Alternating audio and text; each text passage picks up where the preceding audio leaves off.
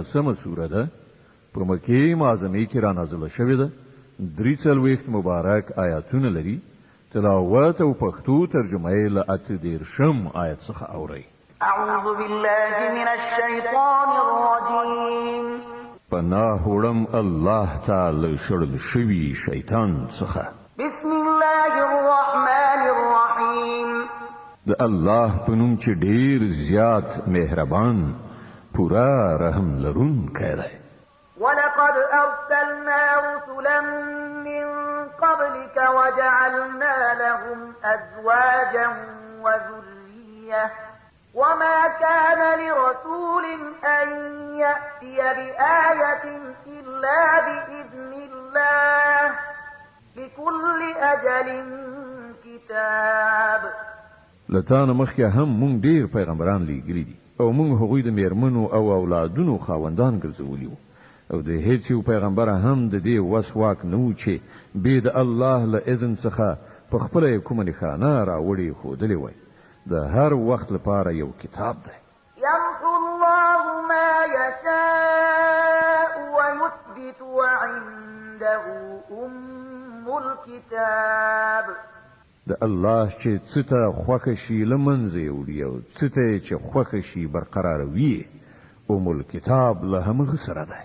وإما نرينك بعض الذي نعدهم أو نتوفينك فإنما عليك البلاغ وعلينا الحساب. او ای پیغمبر صلی الله علیه وسلم د کوم شوم عاقبت اختار چې موږ دغه خلکو ته ورکوو د هغه کومه برخه که موږ ستا په ژوندانه کې وروښیو یا د هغه له منځته راتګ نه مخکې موږ ته وفات کړو. په هر حال ستا وظیفه یوازې پیغام رسول دي او د اعمالو حساب اخیستل زموږ کار دی. اولم يروا أنا نأتي الأرض ننقصها من أطرافها والله يحكم لا معقب لحكمه وهو سريع الحساب. آیا دغه خلک نه ګوري چې موږ په دغه سیمې را روان یو او د هغې دایره له هرې خوا راتنګوو؟ الله حکومت کوي. هیڅوک د هغه په فیصلو باندې تجدید نظر کوونکی نشته او د هغه په حساب اخیستلو کې څه ځنډ نه راځي.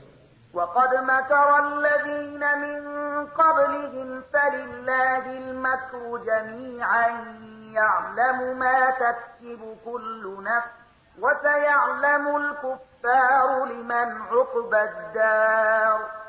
له دوی نه مخکې چې کوم خلک تیر شوي دي هغوی هم غټ غټ چلونه چلولی دي خو اصلي فیصله کوونکی چل په ټوله معنا یوازې د الله په لاس کې دی. هغه پوهیږي چې څوک څه ګټي او دغه د حق منکران به ډیر ژر وګوري چې عاقبت د چا په ګټه تمامي. ويقول الذين كفروا لست مرسلا قل كفى بالله شهيدا بيني وبينكم ومن عنده علم الكتاب. دغه منکران وایي چې ته د خدای لیږل شوی نه یې. ووایه زما او ستاسې په منځ کې د الله شاهدي کافي ده. ورپسې د هر هغه چا شاهدي ده چې د آسماني کتاب علم ولري. اوس را رسیږو د ابراهیم سورې ته چې د قرآن عظیم الشان 14 مبارکه سوره ده. 52 آیاتونه لري. تلاوت او پښتو ترجمه یې له لومړي آیت څخه اورئ. بسم الله الرحمن الرحیم. د الله په نوم چې ډیر زیات مهربان پورا رحم لرونکی دی. الف لام را كتاب أنزلناه إليك لتخرج الناس من الظلمات إلى النور بإذن ربهم إلى صراط العزيز الحميد. الله الذي له ما في السماوات وما في الأرض وويل للكافرين من عذاب شديد. الذين يستحبون الحياة الدنيا على الآخرة ويصدون عن سبيل الله ويبغونها عوجا أولئك في ضلال بعيد. الف لام را. ای پیغمبره دا یو کتاب دی چې موږ ستا لوري ته نازل کړی دی ترڅو چې ته خلق له ترږمیو را وباسې رڼا ته راولي د هغو د رب په توفیق سره د هغو خدای لارې ته چې زورور او په خپل ذات کې په خپل ستایل شوی دی او د ځمکې او اسمانونو د ټولو هستیو څښتن دی او سخته تباه کوونکې سزا ده د هغو حق نه منونکو لپاره چې د دنیا ژوند ته په آخرت باندې ترجیح ورکوي د الله له لارې نه خلک منع کوي او غواړي چې دغه لاره د هغو د هیلو سره سمه کږه شي دا خلک په ګمراهۍ کې ډیر لرې تللي دي وما أرسلنا من رسول إلا بلسان قومه ليبين لهم فيضل الله من يشاء ويهدي من يشاء وهو العزيز الحكيم مونږ چې د خپل پیغام رسولو لپاره هر کله کوم پیغمبر لېږلی دی هغه ته مو هماغه د خپل قوم په ژبه پیغام ورکړی دی ترڅو چې هغه په ښه شان په روښانه توګه هغوی په خبره پوه کړي بیا چې د الله چاته خوښه شي ګمراه کوي او چاته چې خوښه شي سمه لاره ورښیي هغه برلاسی او د حکمت څښتن دی ولقد أرسلنا موسى بآياتنا أن أخرج قومك من الظلمات إلى النور وذكرهم بأيام الله إن في ذلك لآيات لكل صبار شكور موږ له دې نه مخکې موسی علیه السلام هم له خپلو نښانو سره لیږلی دی هغه ته هم موږ حکم کړی و چې خپل قوم له ترږمیو نه رڼا ته راوباسه او هغو ته د الهي تاریخ د درس اخیستنې وړ پیښو په اورولو سره نصیحت وکړه په دغو پیښو کې د هر هغه چا لپاره سترې نښانې دي چې صبر او شکر کوونکي دي وإذ قال موسى لقومه اذكروا نعمة الله عليكم إذ أنجاكم من آل فرعون يسومونكم سوء العذاب ويذبحون أبناءكم ويستحيون نساءكم وفي ذلكم بلاء من ربكم عظيم هغه وخت یاد کړه چې موسی علی السلام خپل قوم ته وویل د الله هغه ښېګڼه په یاد ولرئ چې هغه پر تاسې کړې ده هغه تاسې له فرعونیانو نه وژغورلی چې تاسې سخت ربړولی ستاسې هلکانې وژل او ستاسې ښځې ژوندۍ ساتلي په دې کې ستاسې د رب له لوري لوی ازمویښت وإذ تأذن ربكم لئن شكرتم لأزيدنكم ولئن كفرتم إن عذابي لشديد او په یاد ولرئ ستاسې رب خبردار کړي وي چې که تاسې شکر وباسئ نو پر تاسې به لا زیاته پیرزوینه وکړم او که د نعمت ناشکري وکړئ نو زما سزا ډیره سخته ده وقال موسى إن تكفروا أنتم ومن في الأرض جميعا فإن الله لغني حميد او موسی وویل چې که تاسې کافر شئ او د ځمکې ټول اوسیدونکي هم کافر شي نو الله بې نیازه او په خپل ذات کې خپله ستایل شوی دی ألم يأتكم نبأ الذين من قبلكم قوم نوح وعاد وثمود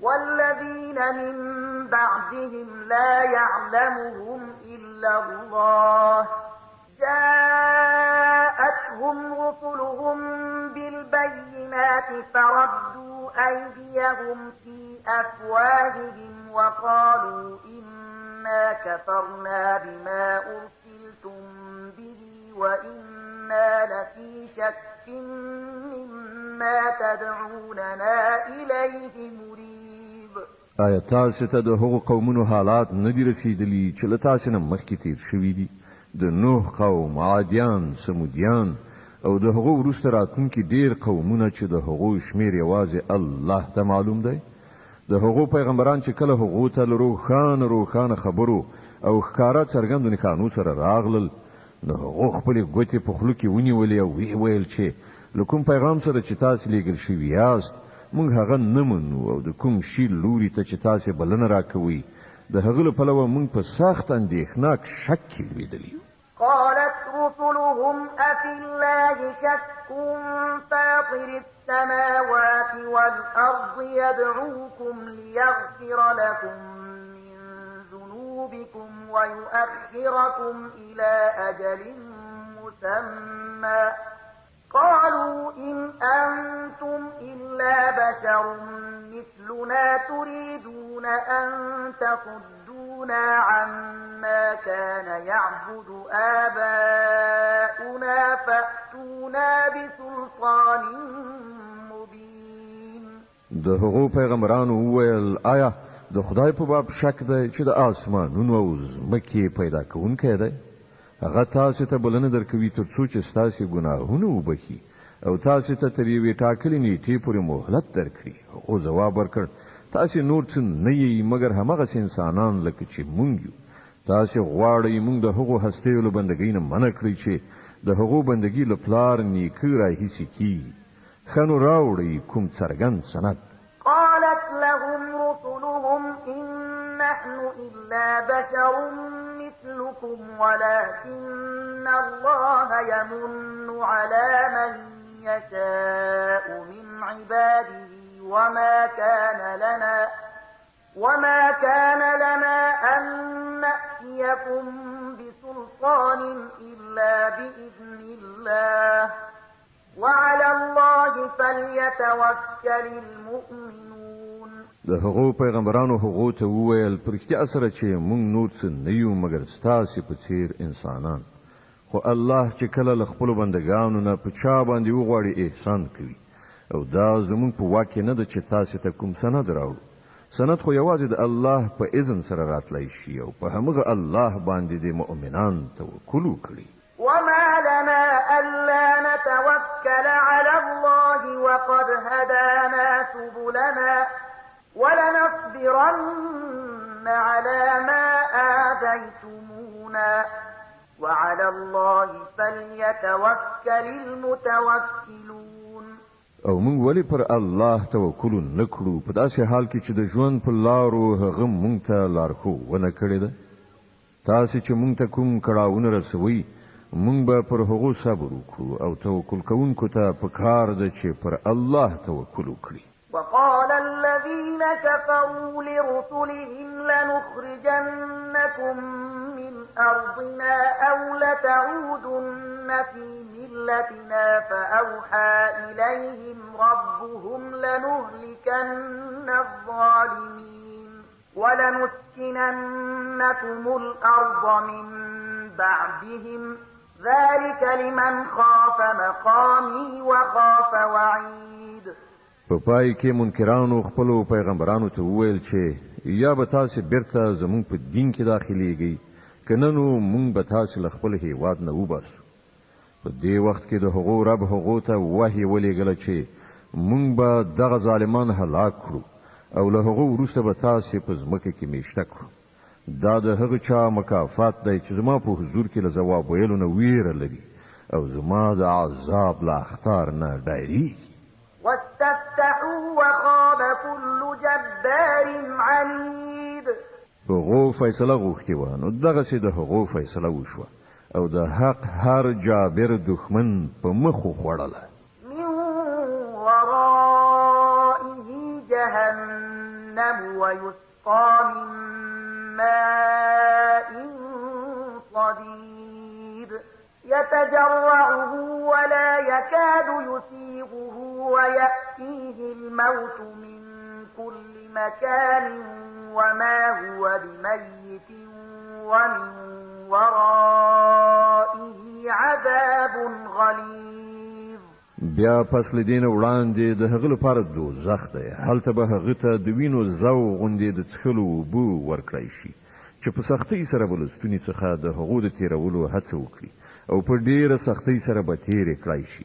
مرګ به له هره پلوه پر هغه خور شي مګر هغه به ونه مري او وړاندې به یو سخت عذاب هغه ته سترګې په لاره وي. مثل الذين كفروا بربهم أعمالهم كرماد اشتدت به الريح في يوم عاصف لا يقدرون مما كسبوا على شيء ذلك هو الضلال البعيد. کوم خلک چې په خپل رب کافر شوي دي د هغو د عملونو مثال د هغو ایرو په شان دی چې هغه د یوې طوفاني ورځې بړبوکۍ الوزولي وي. هغوی به د خپلو کړو وړو هیڅ میوه ونشي موندلی. همدا انتهایی ورکاوی دی. ألم تر أن الله خلق السماوات والأرض بالحق إن يشأ يذهبكم ويأتي بخلق جديد وما ذلك على الله بعزيز. آیاتن نویني چې الله د آسمانونو او ځمکې پیدایښت په حق باندې درولای دی. که هغه وغواړي نو تاسې به له منځه یوسي او یو نوی مخلوق به ستاسې په ځای راولي. دغه کار هغه ته هیڅ ګران نه دی. وبرزوا لله جميعا فقال الضعفاء للذين استكبروا إنا كنا لكم تبعا فهل أنتم مغنون عنا من عذاب الله من شيء قالوا لو هدانا الله لهديناكم سواء علينا أجزعنا أم صبرنا ما لنا من محيص. او دا خلک چې کله ټول یو ځای د الله په وړاندې څرګند شي نو په هغه وخت کې به له دوی نه هغه کسان چې په دنیا کې کمزوري وو هغوی به هغو کسانو ته چې لوی یې کوله ووایي په دنیا کې موږ ستاسې پیروان. اوس آیا تاسې د الله له عذاب نه زموږ د ژغورلو لپاره څه کولی شئ؟ دوی به ووایي که الله موږ ته هدایت کړی وای نو موږ به هم تاسو ته لارښوونه کړې وای. اوس خو یو شان ده که موږ سرټکونه او بېصبري وکړو یا صبر په هر حال زموږ د ژغورنې څه لاره نشته.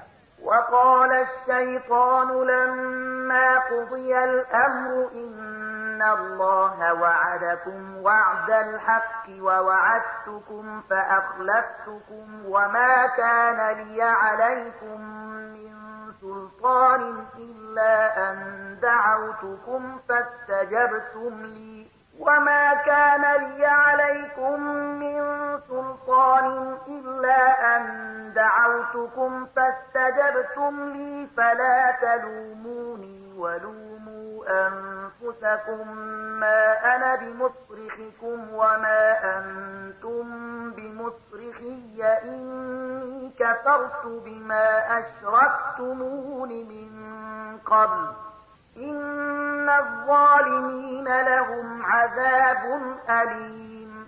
او کله چې فیصله وکړای شي نو شیطان به ووایي حقیقت دا دی الله چې له تاسو سره کومې وعدې کړې وي هغه ټولې رښتینې وي او ما چې څومره وعدې وکړې له هغو نه مې یوه هم پوره نه کړه. زما پر تاسې څه زور نه و.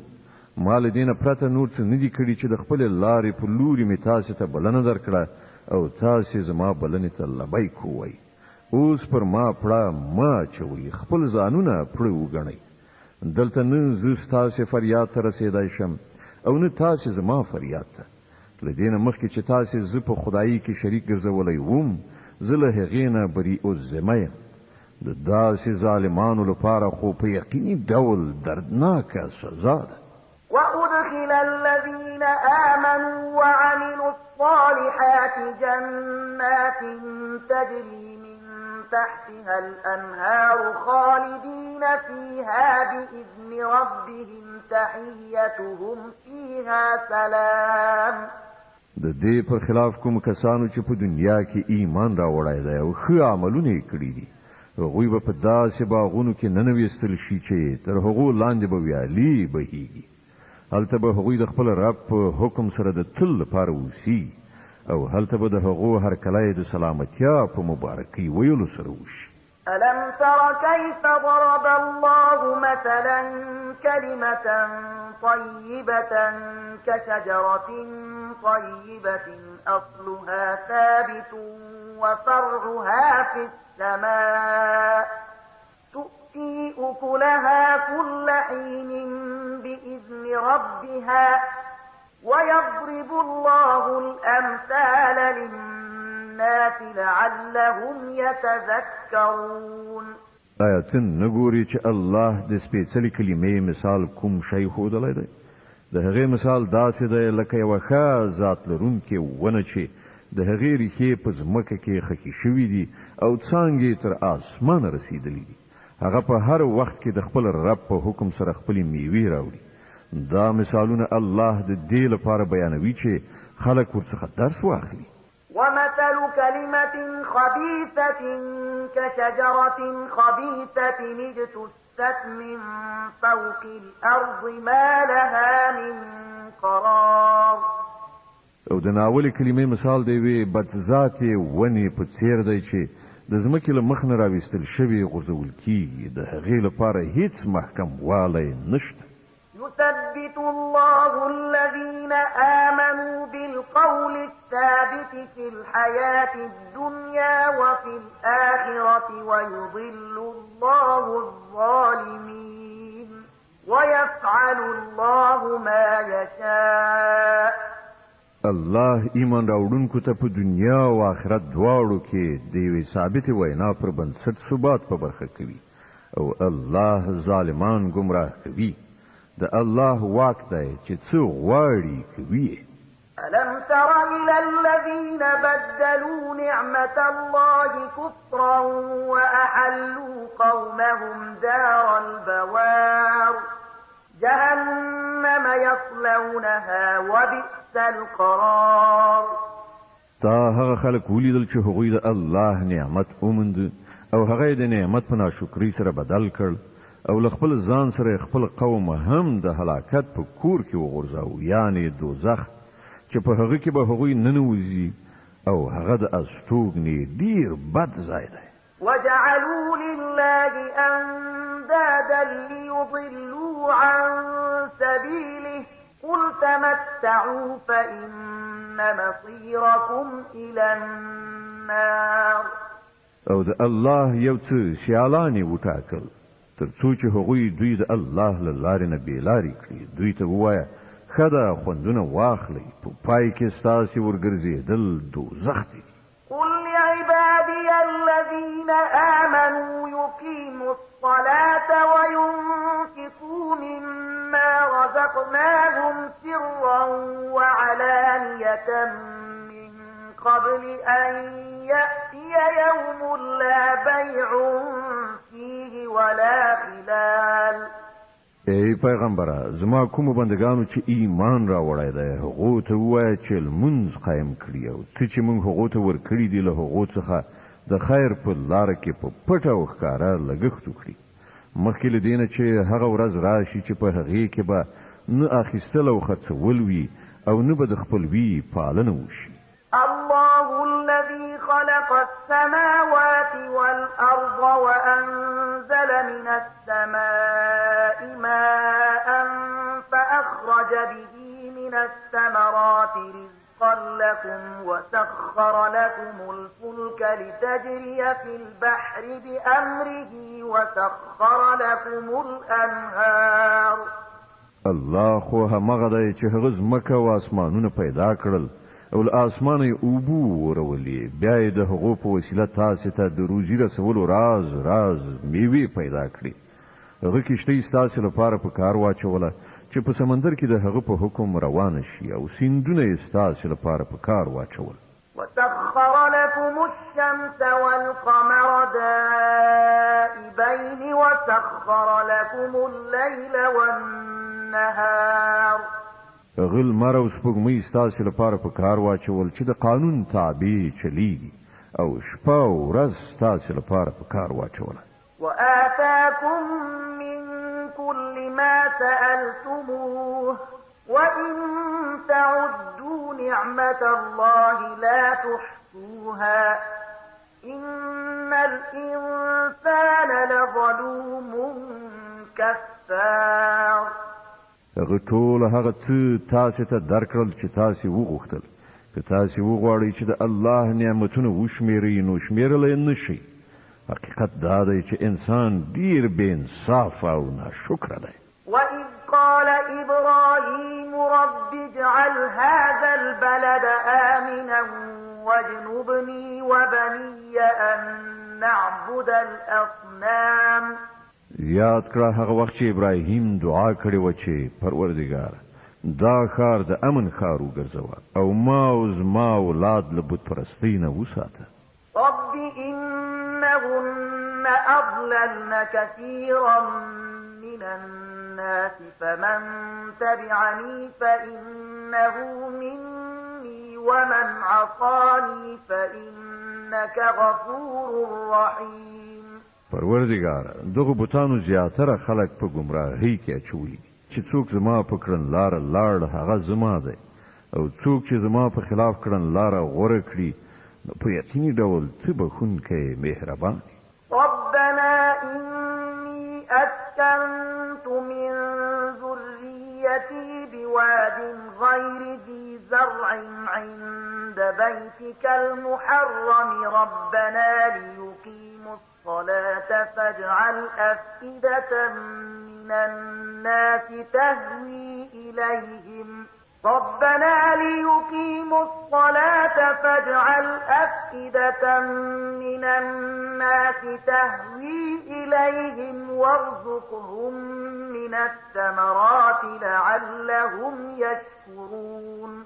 پروردګار ما په یو بې اوبو وښو ناو کې د خپل اولاد یوه برخه ستا د محترم کور تر څنګ میشته کړه. پروردګار دا ما د دې لپاره کړي دي چې دا خلک دلته لمونځ قایم کړي نو ته د خلکو زړونه د دوی په تلوسه کړه او ته دوی ته د خوراک میوې ورکړه ښایي چې دوی شکر ویستونکي شي. ربنا إنك تعلم ما نخفي وما نعلن وما يخفى على الله من شيء في الأرض ولا في السماء. پروردګار ته پر هغه څه چې مونږ یې پټوو یا یې څرګندوو پوهیږي او په رښتیا سره له الله څخه هیڅ شی نه په ځمکه کې پټ دی نه په آسمانونو کې. الحمد لله الذي وهب لي على الكبر إسماعيل وإسحاق إن ربي لسميع الدعاء. د هغه خدای شکر دی چې هغه ماته په دې زوړوالي کې اسماعیل او اسحاق غوندې زامن راکړل. حقیقت دا دی چې زما رب ارومرو د دعا اوریدونکی دی. رب اجعلني مقيم الصلاة ومن ذريتي ربنا وتقبل دعاء ربنا اغفر لي ولوالدي وللمؤمنين يوم يقوم الحساب. ای زما پروردگار ما د لمونځ قایمونکی وګرځوه او زما له اولاد نه هم داسې خلک راپورته کړه چې دغه عبادت ادا کړي. پروردگار زما دعا قبول کړه. پروردگار ما زما مور پلار او ټول مؤمنانو ته په هغه ورځ بخښنه وکړه چې حساب برپا وي.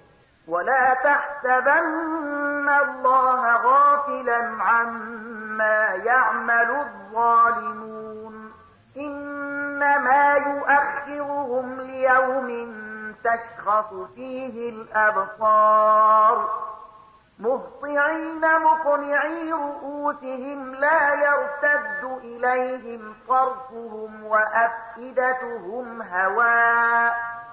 اوس چې دغه ظالمان څه کوي ته الله له هغونه غافل مګنه.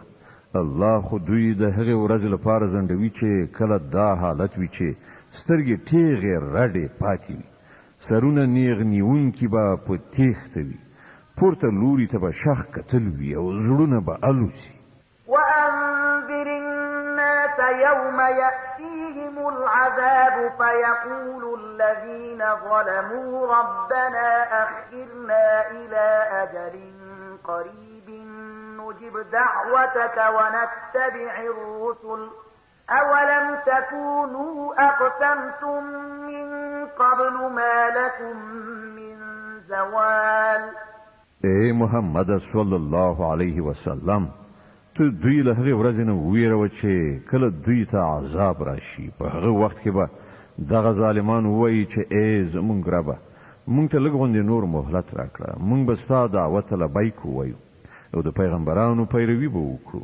او دوی ته به په څرګند ډول ځواب ورکړی شي چې آیا تاسې همغه خلک نه یې چې له دې نه مخکې مو په قسمونو خوړلو ویل چې مونږ هیڅکله زوال نه لرو؟ وسكنتم في مساكن الذين ظلموا أنفسهم وتبين لكم كيف فعلنا بهم وضربنا لكم الأمثال. په داسې حال کې چې تاسې د هغو قومونو په کلیو کې اوسېدلی چې هغو په خپله په ځان ظلم کړی او کتلی مو چې مونږ له هغو سره څه چلند وکړ او د هغو د مثالونو پر راوړلو مونږ تاسې پوهولي هم وی. وقد مكروا مكرهم وعند الله مكرهم وإن كان مكرهم لتزول منه الجبال. هغو خپل ټول د سیسې په کار واچولې، خو د هغو د هرې د سیسې خنثی کول الله سره وو، که څه هم چې د هغو چلونه داسې قوي وو چې غرونه به پرې له ځایه بې ځایه شي. فلا تحسبن الله مخلف وعده رسله إن الله عزيز ذو انتقام. نو ای پیغمبره ته هیڅکله دا ګمان مه کوه چې الله به په کوم وخت کې له خپلو پیغمبرانو سره د کړو وعدو پر خلاف کار وکړي. الله زورور او غچ اخیستونکی دی. يوم تبدل الأرض غير الأرض والسماوات وبرزوا لله الواحد القهار. دوی له هغې ورځې نه وویروه چې کله ځمکه او اسمانونه بدل او له یو څه نه بل څه جوړ کړی شي او ټول به د یو قهار خدای په وړاندې څرګند حاضر شي. وترى المجرمين يومئذ مقرنين في الأصفاد سرابيلهم من قطران وتغشى وجوههم النار ليجزي الله كل نفس ما كسبت إن الله سريع الحساب. په هغه ورځ به ته مجرمان وګوري چې په زنځیرونو کې به یې لاسونه پښې کلکې تړلې وي، د قیر جامې به یې اغوستې وي او د اور شغلې به د هغو پر مخونو خورېدونکې وي. دا به ځکه داسې وي چې الله هر تنفس کوونکي ته د هغه د کړو وړو بدله ورکړي. د الله په حساب اخیستلو کې څه ځنډ نه راځي. هذا بلاغ للناس ولينذروا به وليعلموا أنما هو إله واحد وليذكر أولو الألباب. دا د ټولو انسانانو لپاره یو پیغام دی او دا د دې لپاره لیږل شوی دی چې هغوی د ده په وسیله خبردار کړی شي او هغوی وپوهیږي چې په حقیقت کې خدای صرف یکی یو دی او څوک چې پوهه لري هغوی متوجه شي. د الحجر مبارکه سوره چې د قرآن عظیم شان 15مه سوره ده په مکې معظمې کې رانازله شوې ده. 9 نوي آیاتونه لري. تلاوت او پښتو ترجمه یې له لومړي آیت څخه اورئ. بسم الله الرحمن الرحیم. د الله په نوم چې ډیر زیات مهربان پورا رحم لرونکی دی. الف لام را تلك آیات الكتاب وقرآن مبین. الف لام را دا د الهی کتاب او څرګندونکي قرآن آیاتونه دي. ربما يود الذين كفروا لو كانوا مسلمين. لري نه ده چې هغه وخت راشي چې همغه خلک چې نن د اسلام د دعوت له منلو نه انکار کړی دی په پښیمانتیا سره وایي چې کاشکې موږ د تسلیم سرخ کته کړی وای. ذرهم يأكلوا ويتمتعوا ويلههم الأمل فسوف يعلمون. پرېږده دوی چې وخوري وڅښي او خوندونه واخلي او دروغجنې هیلې په هیره کې واچي. ډېر ژر به دوی ته معلومه شي. وما أهلكنا من قرية إلا ولها كتاب معلوم. مونږ چې له دینه مخکې هره سیمه هلاکه کړې ده د هغې لپاره مو د عمل یو ټاکلی مهلت لیکلی ما تسبق من أمة أجلها وما يستأخرون هیڅ قوم نه له خپل ټاکلي وخت نه مخکې هلاکېدی شي نه له هغه نه وروسته پرېښودل کېدی شي وقالوا يا أيها الذي نزل عليه الذكر إنك لمجنون دوی وایي ای هغه سړی چې ذکر یعنی قرآن در باندې نازل شوی دی ته په رښتیا سره لیونی یې لو ما تأتينا بالملائكة إن كنت من الصادقين که ته رښتونه یې نو زموږ په وړاندې دې په رښتې ولې رانه وستلې ما ننزل الملائكة إلا بالحق وما كانوا إذا منظرين مونږ په رښتیا هسې نه نازلوو هغوی چې کله کوزیږي نو له حق سره کوزیږي او بیا خلکو ته مهلت نه ورکول کیږي إنا نحن نزلنا الذكر وإنا له لحافظون پاتې شو دا ذکر یعنی قرآن دا مونږ نازل کړی دی او مونږ په خپله د دې ساتندویان یو ولقد أرسلنا من قبلك في شيع الأولين وما يأتيهم من رسول إلا كانوا به يستهزئون ای محمد صلی الله علیه وسلم مونږ له تا نه مخکې په ډیرو تیرو شو قومونو کې پیغمبران لیږلي دي هېڅکله داسې نه ده شوي چې هغو ته کوم پیغمبر راغلی وي او هغوی ورپورې مسخرې نه وي کړي كذلك نسلكه في قلوب المجرمين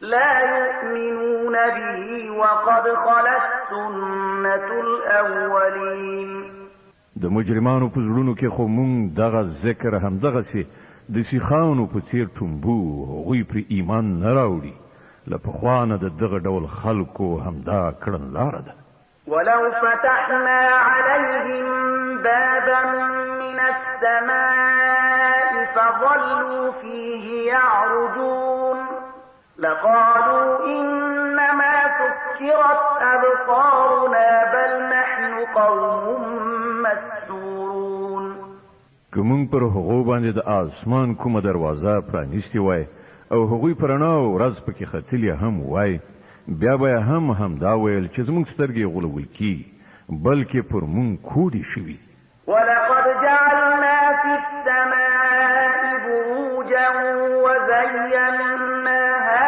للناظرين وحفظناها من كل شيطان رجيم إلا من استرق السمع فأتبعه شهاب مبين دا زمون چار جوړونه ده چې په آسمان کې مونږ ډېرې محکمې کلاګانې جوړې کړې او هغه مو د نندارچیانو لپاره ښایسته کړي دي او له هر رټل شوي شیطان څخه مو هغه خوندي ساتلی دي هیڅ یو شیطان هغو ته لاره نشي موندلی مګر دا چې څه په پټه چلول غوږ وباسي او کله چې هغوی په پټه چلول د غوږ نیولو هڅه کوي نو یوه روښانه پلوشه یې تعقیبوي والأرض مددناها وألقينا فيها رواسي وأنبتنا فيها من كل شيء موزون مونږ ځمکه غوړولې په هغې کې مو غرونه نصب کړي په هغې کې مو هر ډول شنیلي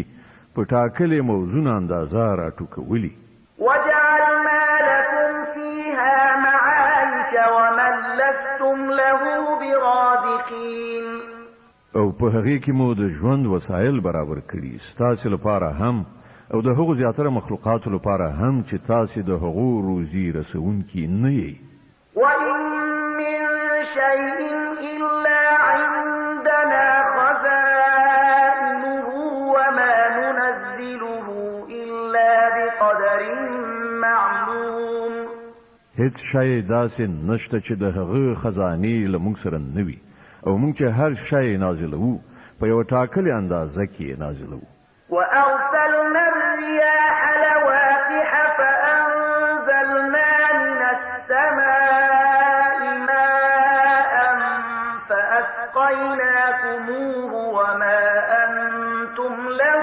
بخازنين. باردارون کی بادونه مونږ لیږو بیا له اسمانه اوبو ورو او په هغو اوبو سره تاسې خړوبه کوو. د دې زیرمې خزانه داران تاسې نه یاست. وإنا لنحن نحيي ونميت ونحن الوارثون.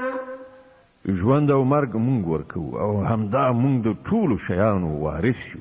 ولقد علمنا المستقدمين منكم ولقد علمنا المستأخرين.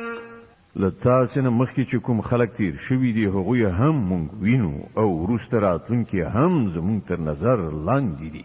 وإن ربك هو يحشرهم إنه حكيم عليم.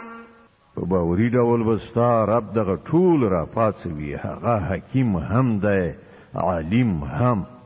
ولقد خلقنا الإنسان من صلصال من حمأ مسنون.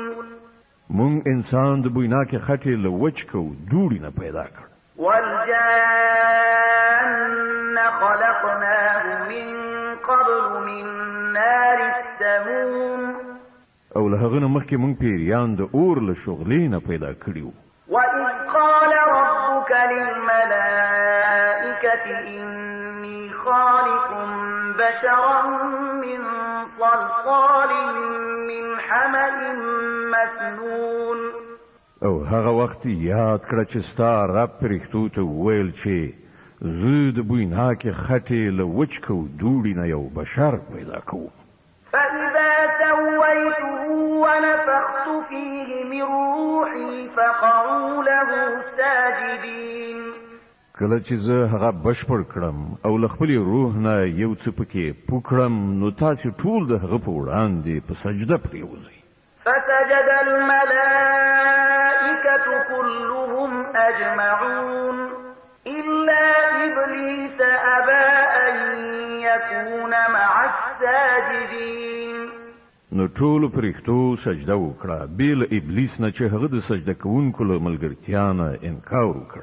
قال يا إبليس ما لك ألا تكون مع الساجدين. پروردګار پوښتنه وکړه ای ابلیسا پر تا څه وشول چې تا له سجده کوونکو سره ملګرتیا ونه کړه؟ قال لم أكن لأسجد لبشر خلقته من صلصال من حمأ مسنون.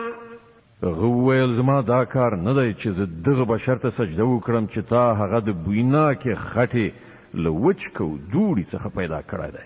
قال فاخرج منها فإنك رجيم وإن عليك اللعنة إلى يوم الدين.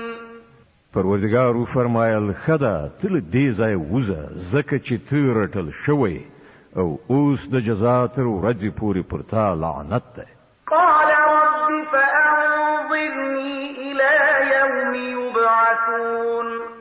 هغه عرض وکړ زما پروردګاره چې دا خبره ده نو ته ماته تر هغې ورځې پورې مهلت راکړه چې ټول انسانان دوهم ځل راپاڅول شي. قال فإنك من المنظرين إلى يوم الوقت المعلوم. الله فرمایل ښه ده تا ته تر هغې ورځې پورې مهلت دی چې د هغې وخت مونږ ته معلوم دی. قال رب بما أغويتني لأزينن لهم في الأرض ولأغوينهم أجمعين إلا عبادك منهم المخلصين. هغه وویل زما پروردګاره څنګه چې تا بې لارې کړم په همغه شان به اوس زه په ځمکه کې د دوی لپاره د غولونکو وسایلو په وړاندې کولو دوی ټول بې لارې کړم پرته ستا له هغو مخلصو بندګانو څخه چې تا هغوی له دوی نه خالص کړي وي. قال هذا صراط علي مستقيم. الله وفرمایل دا هغه لار ده چې سم مسیخه ما ته را رسېدلې ده. إن عبادي ليس لك عليهم سلطان إلا من اتبعك من الغاوين.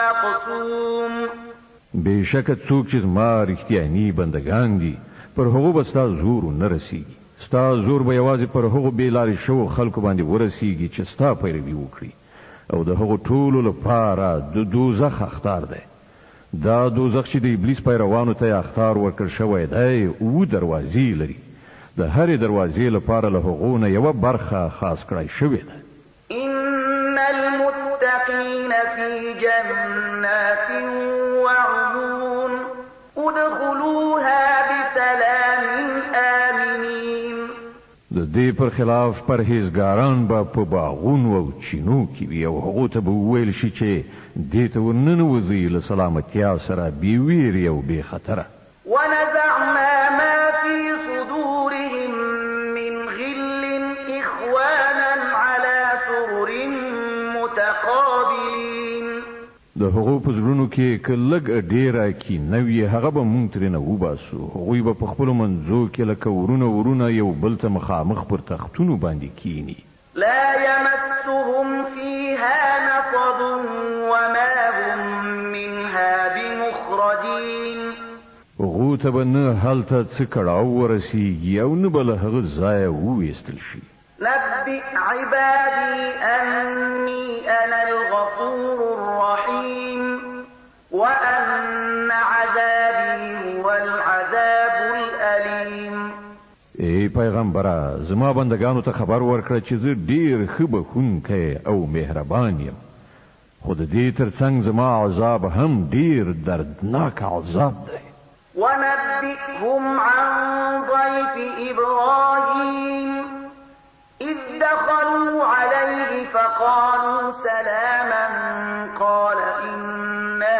منكم وجلون او دوی ته لږ شان د ابراهیم علیه السلام د میلمنو قصه واوروه کله چې هغوی هغه ته راغلل او ویې ویل پر تا دې سلام وي نو ابراهیم وویل موږ له تاسې نه ویریږو قالوا لا توجل إنا نبشرك بغلام عليم هغو ځواب ورکړ مه ویرېږه موږ تا ته د یو پوه هلک زیری درکوو قال أبشرتموني على أن مسني الكبر فبم تبشرون ابراهیم علیه السلام وویل آیا تاسې په دې زوروالي کې ماته د اولاد زیری راکوئ لږ فکر وکړئ دا څنګه زیری ماته راکوئ قالوا بشرناك بالحق فلا تكن من القانطين هغو ځواب ورکړ موږ تا ته په حق زیری درکوو تاسې نا امیده کیږئ مه قال ومن يقنط من رحمة ربه إلا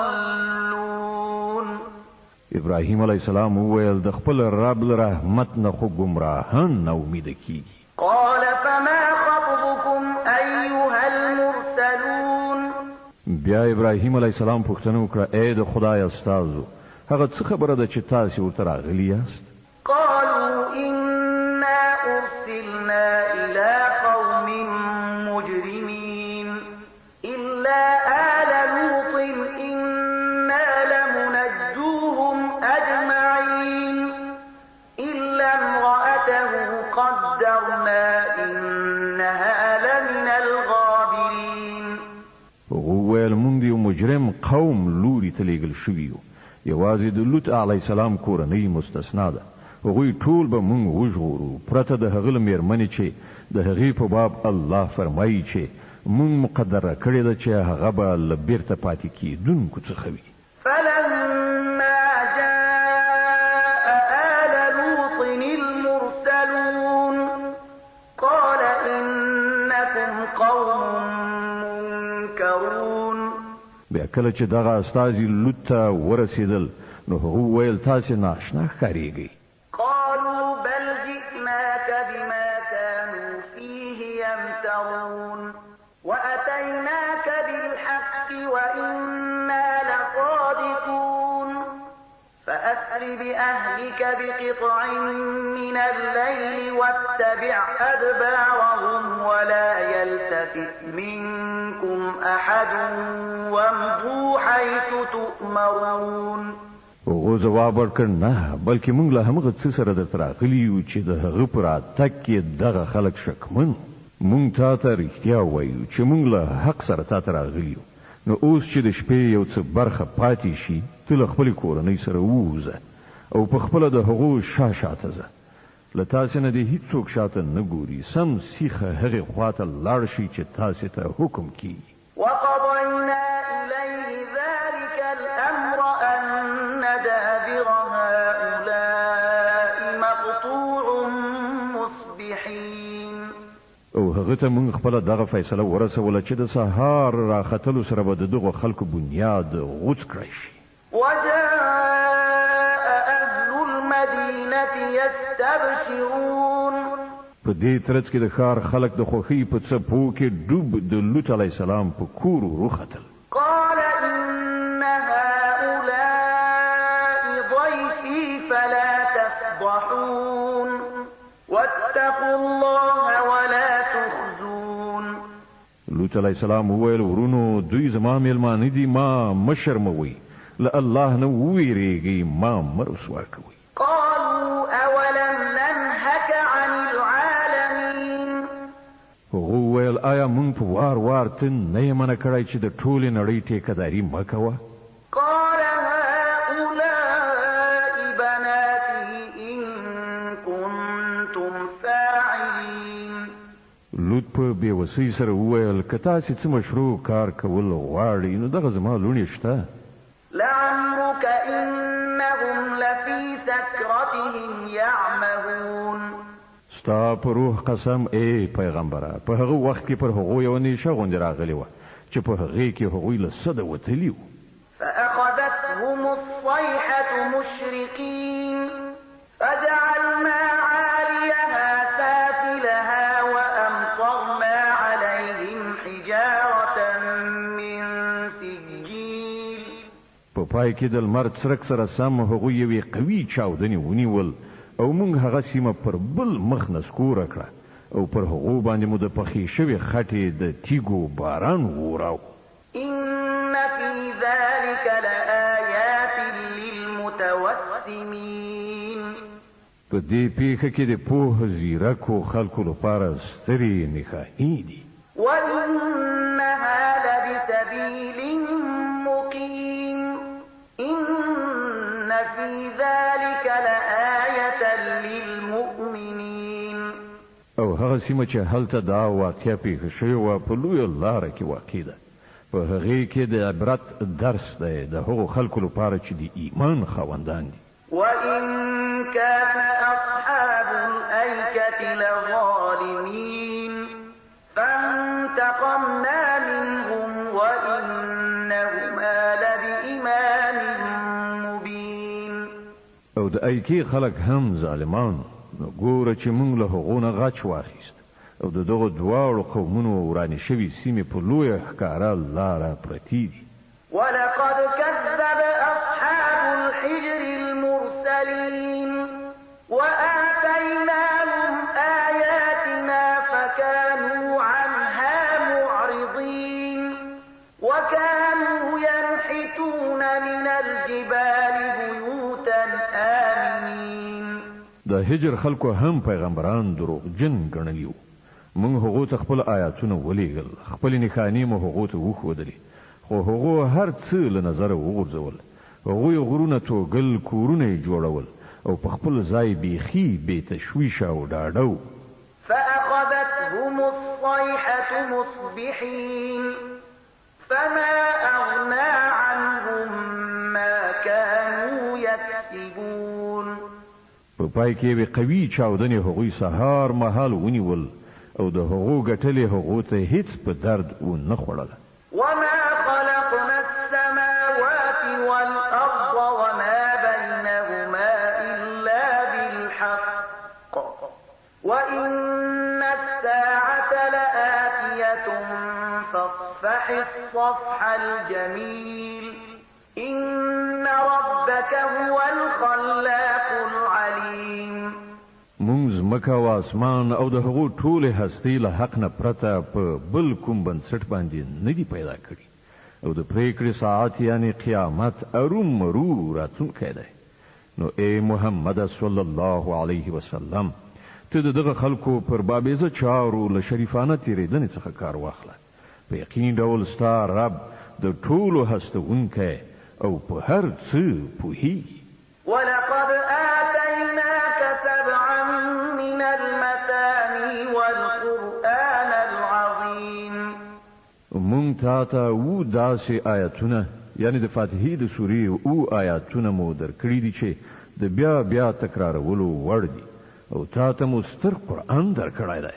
لا تمدن عينيك إلى ما متعنا به أزواجا منهم ولا تحزن عليهم واخفض جناحك للمؤمنين وقل إني أنا النذير المبين.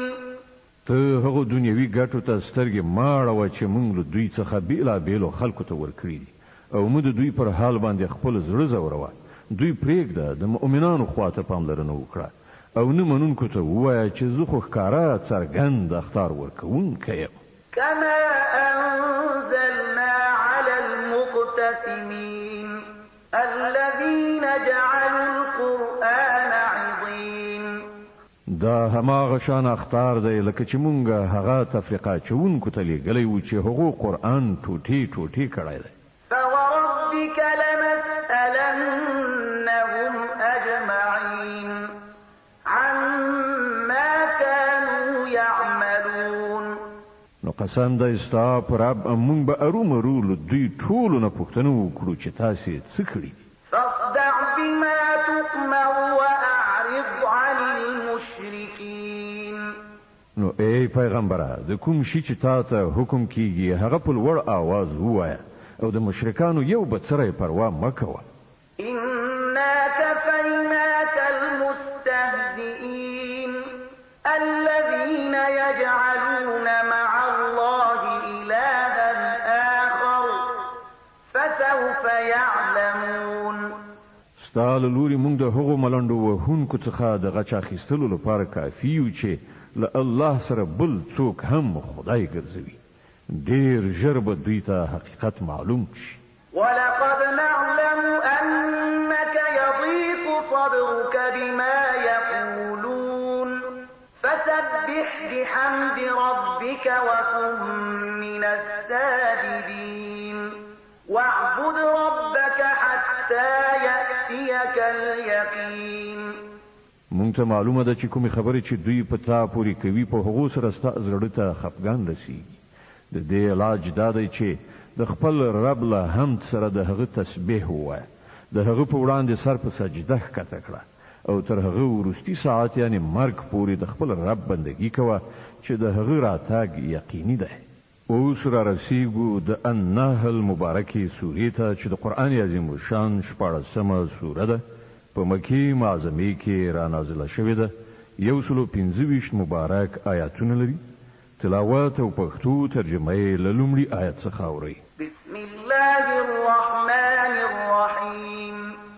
د الله په نوم چې ډېر زیات مهربان پورا رحم لرونکی دی. أتى أمر الله فلا تستعجلوه سبحانه وتعالى عما يشركون. د الله فیصله راغله، اوس د هغې لپاره تلوار مه کوئ. هغه پاک دی او له هغه شرک نه پورته او لوړ دی چې دوی یې کوي.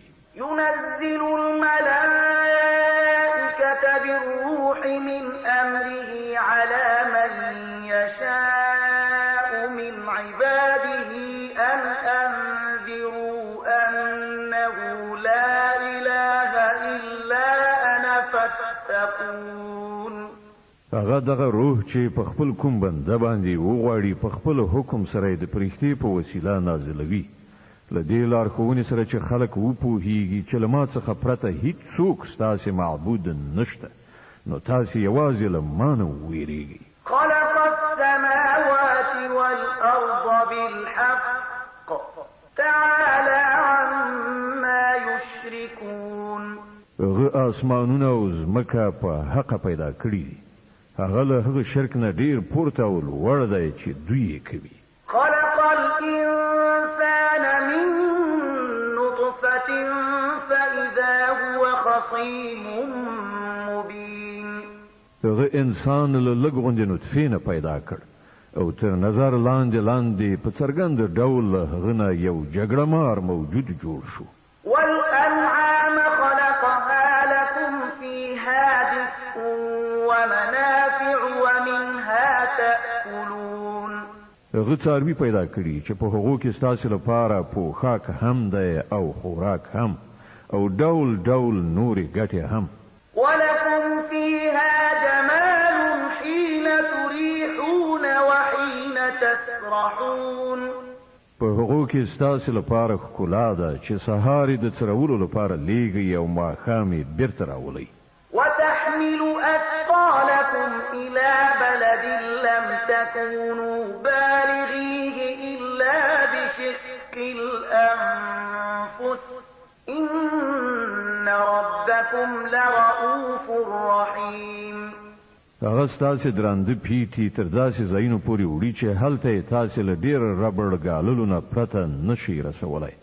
حقیقت دا دی چې ستاسې رب ډېر زیات خواخوږی او مهربان دی. والخيل والبغال والحمير لتركبوها وزينة ويخلق ما لا تعلمون. هغه آسونه قچرې او خره پیدا کړي تر څو چې تاسې پرې سپاره شئ او هغه ستاسې د ژوند د ښکلا وګرځي. هغه نور ډیر شیان ستاسې د ګټې لپاره پیدا کوي چې تاسې ورباندې پوه قدر هم نه یاست. وعلى الله قصد السبيل ومنها جائر ولو شاء لهداكم أجمعين. او هماغه الله د سمې لارې ښودلو ذمهوار دی په داسې حال کې چې کږې لارې هم شته. که هغه غوښتي وای نو تاسې ټولو ته به یې لارښوونه کړې وه. هو الذي أنزل من السماء ماء لكم منه شراب ومنه شجر فيه تسيمون. هماغه ذات دی چې ستاسې لپاره یې له اسمانه اوبه ورولي چې په هغو سره تاسې پخپله هم خړوبېږئ او ستاسې د څارویو لپاره هم چاره برابرېږي. ينبت لكم به الزرع والزيتون والنخيل والأعناب ومن كل الثمرات إن في ذلك لآية لقوم يتفكرون. هغه د دغه اوبو په وسیله کښتونه را زرغونوي او زیتون، خرما، انګور او نور راز میوې پیدا کوي. په دې کې د هغو خلکو لپاره یوه ستره نښانه ده چې غور او فکر کوي. وسخر لكم الليل والنهار والشمس والقمر والنجوم مسخرات بأمره إن في ذلك لآيات لقوم يعقلون. هغه ستا د کېږنې لپاره شپه او ورځ او لمر او سپوږمۍ په کار اچولي دي او ټول ستوري هم د همغه په حکم په کار اچول شوي دي. په دې کې د هغو خلکو لپاره ډېرې نښانې دي چې له پوهې نه کار اخلي. وما ذرأ لكم في الأرض مختلفا ألوانه إن في ذلك لآية لقوم يذكرون. او دا چې هغه ستاسې لپاره په ځمکه کې ډېر رنګارنګ شیان پیدا کړي دي په دې کې هم د هغو خلکو لپاره ارومرو نښانه ده چې درس اخیستونکي دي. وهو الذي سخر البحر لتأكلوا منه لحما طريا وتستخرجوا منه حلية تلبسونها وترى الفلك مواخر فيه ولتبتغوا من فضله ولعلكم تشكرون. هماغه ذات دی چې ستاسې لپاره سمندر په کار اچولی دی تر څو چې تاسې له هغه نه لمدې او تازه غوښې راواخلئ ویې خورئ او له هغه نه د ښایست هغه شیان راوباسئ چې تاسې یې اغوندئ. تاسې ګورئ چې بیړۍ د سمندر سینه څیروي پکې ځي. دا هر څه د دې لپاره دي چې تاسې د خپل رب فضل ولټوئ او د هغه شکر ویستونکي شي. وألقى في الأرض رواسي أن تميد بكم وأنهارا وسبلا لعلكم تهتدون. هغه په ځمکه کې د غرونو میخونه ټک وهل تر څو چې ځمکه پر تاسو ونه څرخیږي. هغه سیندونه وبهول او تخلیفي لارې جوړې کړې تر څو چې تاسې هدایت ومومئ. وعلامات وبالنجم هم يهتدون. هغه په ځمکه کې لارښوونکي نښانې وضع کړې او په ستورو باندې هم خلک لاره مومي. أفمن يخلق كمن لا يخلق أفلا تذكرون. بل آیا هغه څوک چې پیدا کوي او هغه څوک چې هیڅ هم نه پیدا کوي دواړه یو شان دي؟ آیا تاسې پاملرنه نه کوئ؟ وإن تعدوا نعمة الله لا تحصوها إن الله لغفور رحيم. که تاسې د الله د نعمتونو شمیرل وغواړئ نو نه شئ شمیرلی. حقیقت دا دی چې هغه ډیر بخښونکی او مهربان دی. والله يعلم ما تسرون وما تعلنون. په داسې حال کې چې هغه ستاسې له ښکارونه هم خبر دی او له پټو نه هم. والذين يدعون من دون الله لا يخلقون شيئا وهم يخلقون. او هغه نورې هستۍ چې له الله نه پرته خلق بلی یعنی پرستش کوي هغوی د هیڅ شي پیدا کوونکي هم نه دي بلکې په خپله مخلوق دي. أموات غير أحياء وما يشعرون أيان يبعثون. مړه دي نه ژوندي او هغو ته هیڅ معلومه نه ده چې هغوی به کله دوهم ځل ژوندي را پاڅول شي. إلهكم إله واحد فالذين لا يؤمنون بالآخرة قلوبهم منكرة وهم مستكبرون. ستاسې خدای یوازې همدا یو خدای دی. خو کوم خلک چې آخرت نه مني د هغو په زړونو کې انکار ځای نیولی دی او هغوی په غرور کې لویدلي دي. لا جرم أن الله يعلم ما يسرون وما يعلنون إنه لا يحب المستكبرين. الله په یقیني ډول د دوی پر ټولو کړو وړو پوهیږي په پټو هم او په ښکاره هم. هغه هیڅکله هغه خلک نه خوښوي چې د نفس په غرور کې اخته وي. وإذا قيل لهم ماذا أنزل ربكم قالوا أساطير الأولين. او کله چې څوک له هغو نه پوښتنه کوي چې ستاسې پروردګار څه نازل کړي دي نو وایي د پخوانیو وختونو دروغجنې کیسې دي.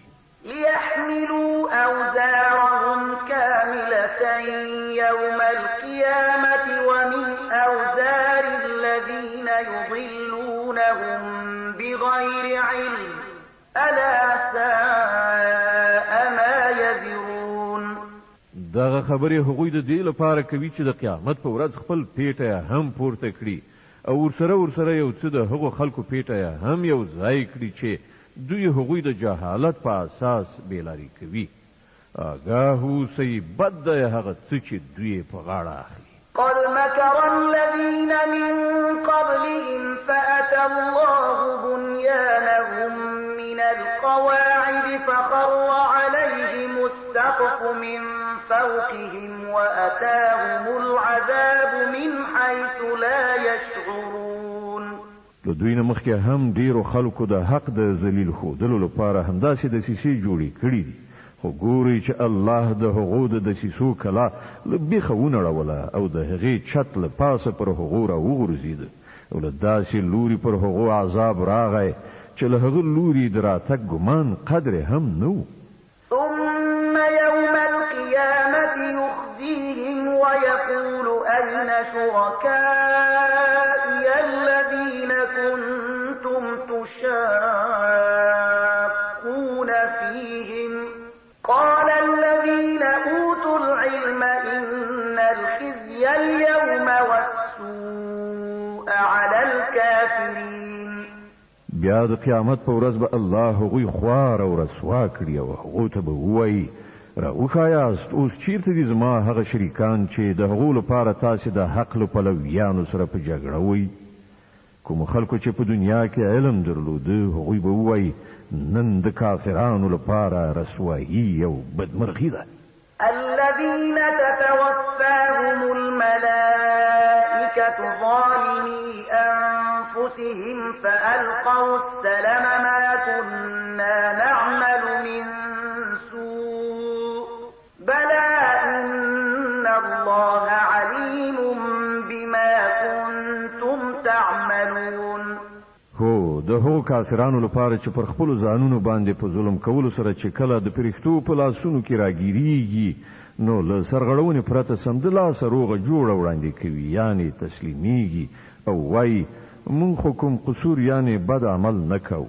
پرښتې ځواب ورکوي څنګه مو نه کوو الله تعالی ستاسې له کړو وړو نه ښه خبر دی فادخلوا أبواب جهنم خالدين فيها فلبئس مثوى المتكبرين اوس زی د دوزخ په دروازو نه نوځي همالته د تل لپاره ستاسې اوسېدل دي نو حقیقت دا دی چې د لویي کوونکو لپاره ډېر ناکاره استوګنځی دی وقيل للذين اتقوا ماذا أنزل ربكم قالوا خيرا للذين أحسنوا في هذه الدنيا حسنة ولدار الآخرة خير ولنعم دار المتقين جنات عدن يدخلونها تجري من تحتها الأنهار لهم فيها ما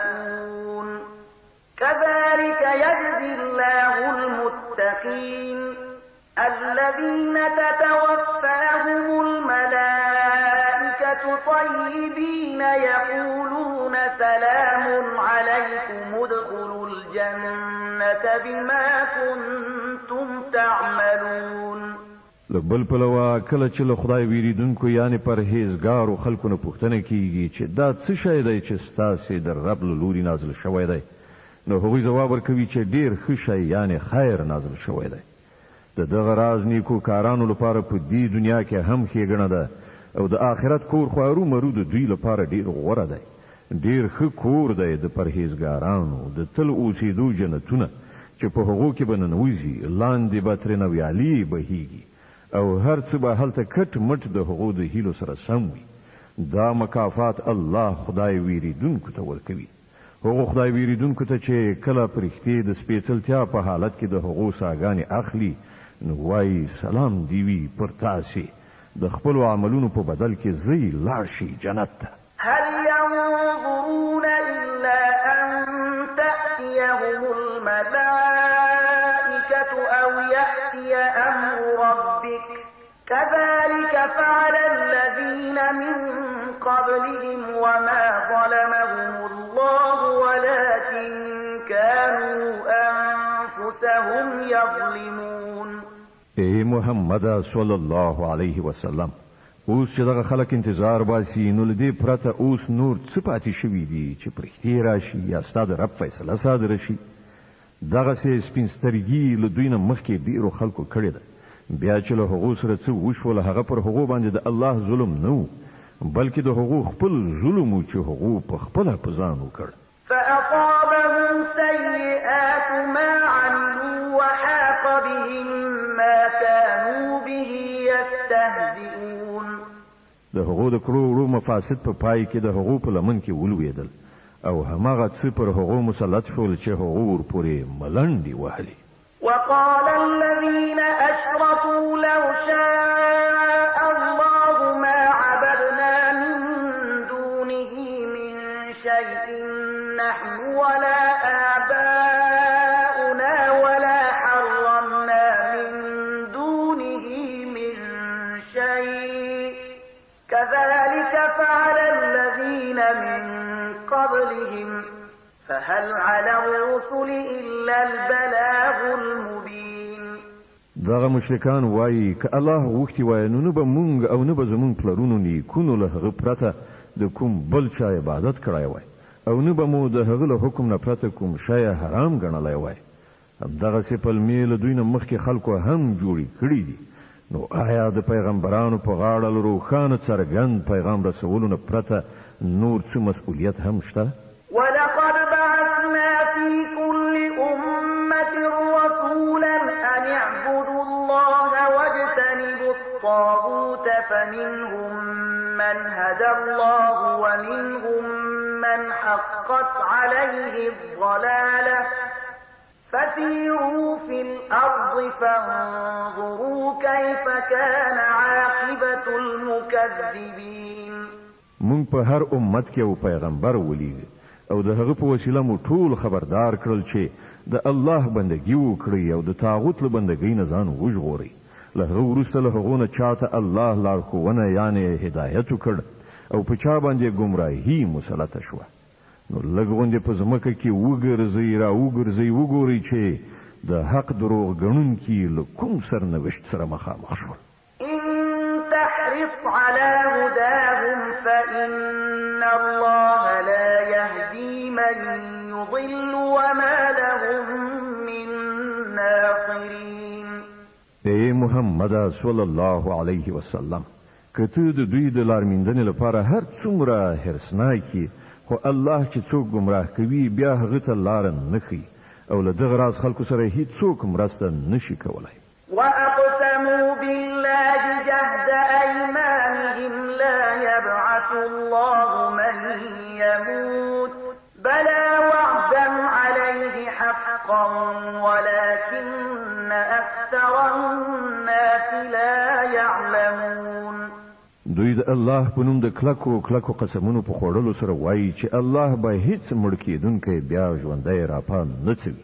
ولې به یې نه راپاڅوي؟ دا خو یوه وعده ده چې د هغې تر سره کول هغه په خپل ځان واجب کړی دی خو زیاتره خلک نه پوهېږي. ليبين لهم الذي يختلفون فيه وليعلم الذين كفروا أنهم كانوا كاذبين. او داسې کېدل د دې لپاره ضروري دي چې الله دوی ته هغه حقیقت روښانه کړي چې د هغه په باب دوی اختلاف کوي او د حق منکرانو ته څرګنده شي چې هغوی دروغجن.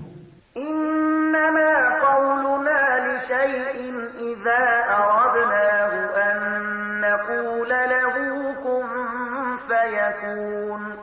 پاتې شول د دې کېدل نو پر موږ باندې یو شي د منځته راوړلو لپاره له دې نه زیات څه کول نه وي چې هغه ته حکم وکړو شه نو هغه کېږي. والذين هاجروا في الله من بعد ما ظلموا لنبوئنهم في الدنيا حسنة ولأجر الآخرة أكبر لو كانوا يعلمون. الذين صبروا وعلى ربهم يتوكلون. کوم خلکو چې د ظلم له زغملو نه وروسته د الله په خاطر هجرت کړی دی هغو ته به موږ په همدې دنیا کې ښه استوګنځی ورکړو او د آخرت ثواب خو ډېر لوی دی.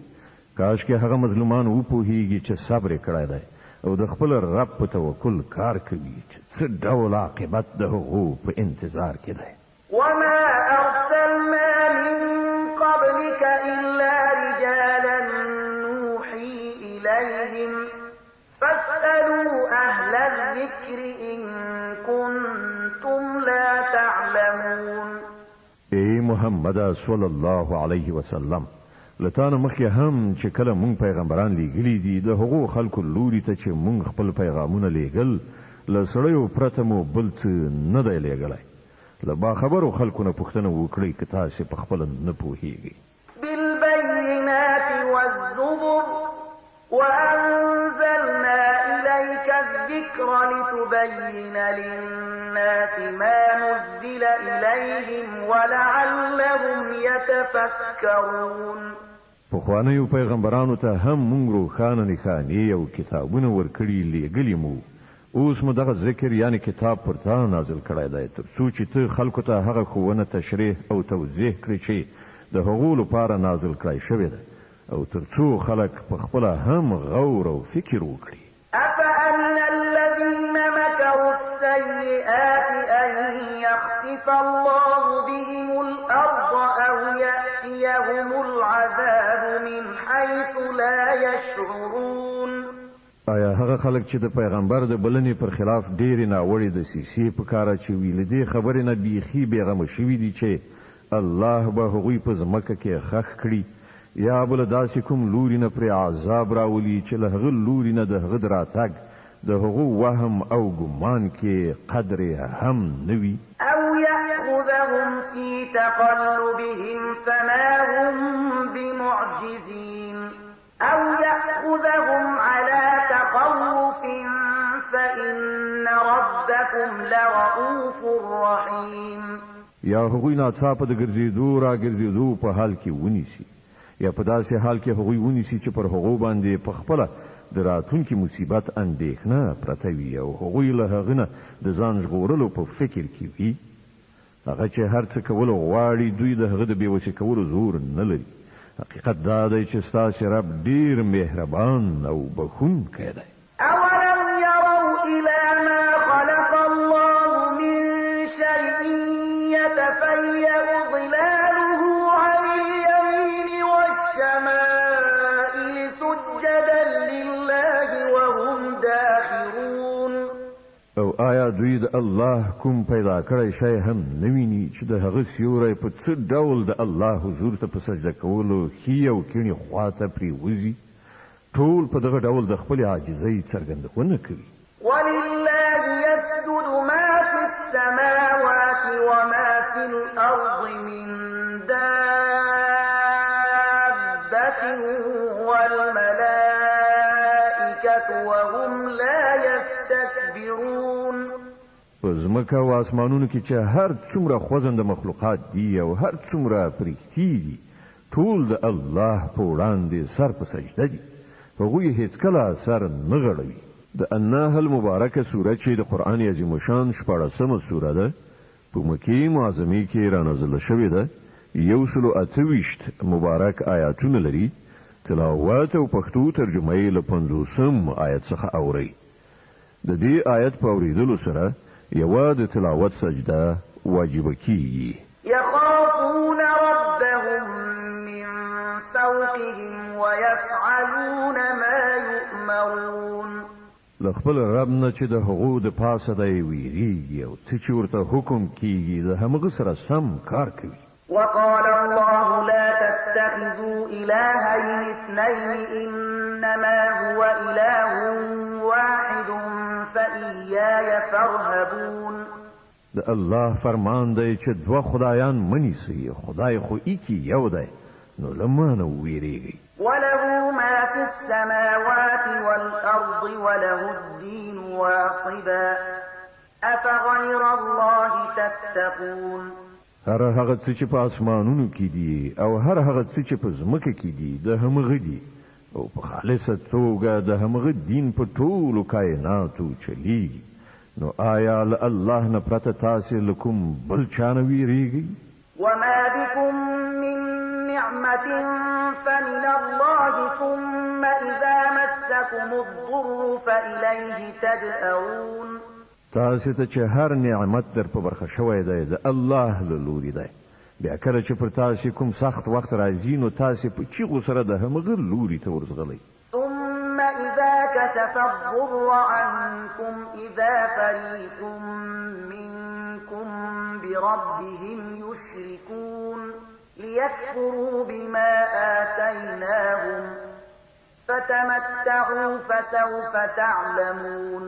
خو کله چې الله هغه وخت در باندې تیروي نو ناڅاپه له تاسې نه یوه ډله له خپل رب سره نور د هغه د مهربانۍ په شکریه کې شریکوي، تر څو چې د الله د لورینې ناشکري وکړي. ښه ده، خوندونه واخلئ، ډېر ژر به درته معلومه شي.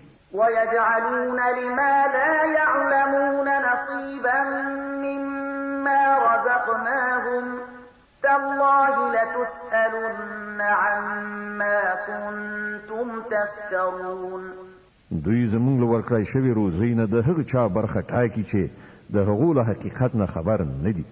په خدای قسم دی چې هرو مرو له تاسې نه پوښتنه وشي چې دغه دروغ تاسې څنګه غوټه کړي وو. ويجعلون لله البنات سبحانه ولهم ما يشتهون. دوی د خدای لپاره لونی ټاکي سبحان الله او د دوی لپاره هغه څه چې په خپله یې غواړي. وإذا بشر أحدهم بالأنثى ظل وجهه مسودا وهو كظيم. کله چې له دوی نه یو چاته د لور د زیږېدو زیری ورکول کیږي نو مخې تور اوړي او هغه د وینو غړپ تیروي. يتوارى من القوم من سوء ما بشر به أيمسكه على هون أم يدسه في التراب ألا ساء ما يحكمون. له خلکو څخه پټ ګرځي چې دغه ناکاره خبر لا اورېدو وروسته به څنګه له چا سره مخامخ شي. فکر کوي چې له شرم سره لور وساتي او که په خاورو کې ومنډي. وګورئ څومره ناوړه حکم دی چې دوی د خدای په باب کوي. للذين لا يؤمنون بالآخرة مثل السوء ولله المثل الأعلى وهو العزيز الحكيم. په ناوړو صفتونو سره د ستایل کېدو وړ خو هغه کسان دي چې په آخرت باور نه لري. پاتې شو الله نو د هغه لپاره خو تر ټولو لوړ صفتونه دي. همغه پر ټولو برلاس او په حکمت کې بشپړه ده. ولو يؤاخذ الله الناس بظلمهم ما ترك عليها من دابة ولكن يؤخرهم إلى أجل مسمى فإذا جاء أجلهم لا يستأخرون ساعة ولا يستقدمون. که چیرته الله خلق د هغو په ظلمونو سمدلاسه نیولی نو د ځمکې پر مخ به هیڅ ساکښ نه و پاتې، خو هغو ټولو ته تر یو ټاکلي وخت پورې مهلت ورکوي. بیا کله چې هغه وخت راځي نو له هغه پوره یو ساعت هم وړاندې وروسته نشي کېدی. ويجعلون لله ما يكرهون وتصف ألسنتهم الكذب أن لهم الحسنى لا جرم أن لهم النار وأنهم مفرطون. نن دغه خلک هغه څه د الله لپاره ټاکي چې د خپل ځان لپاره یې بدې شي او د دوی ژبې دا دروغ وایي چې د دوی لپاره ښېګڼه ده. د دوی لپاره خو یوازې یو شی دی او هغه د دوزخ اور دی. ارومرو به تر ټولو مخکې دوی په هغه کې وغورځول شي. تالله لقد أرسلنا إلى أمم من قبلك فزين لهم الشيطان أعمالهم فهو وليهم اليوم ولهم عذاب أليم.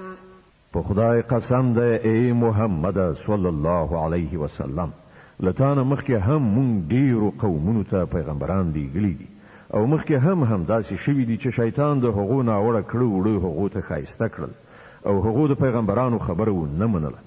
همغه شیطان نن د دغو خلکو هم سرپرست شوی دی او دوی د دردناک عذاب وړ ګرځېدلي دي. صدق الله العظیم. الله ستر رښتیا ویونکی دی.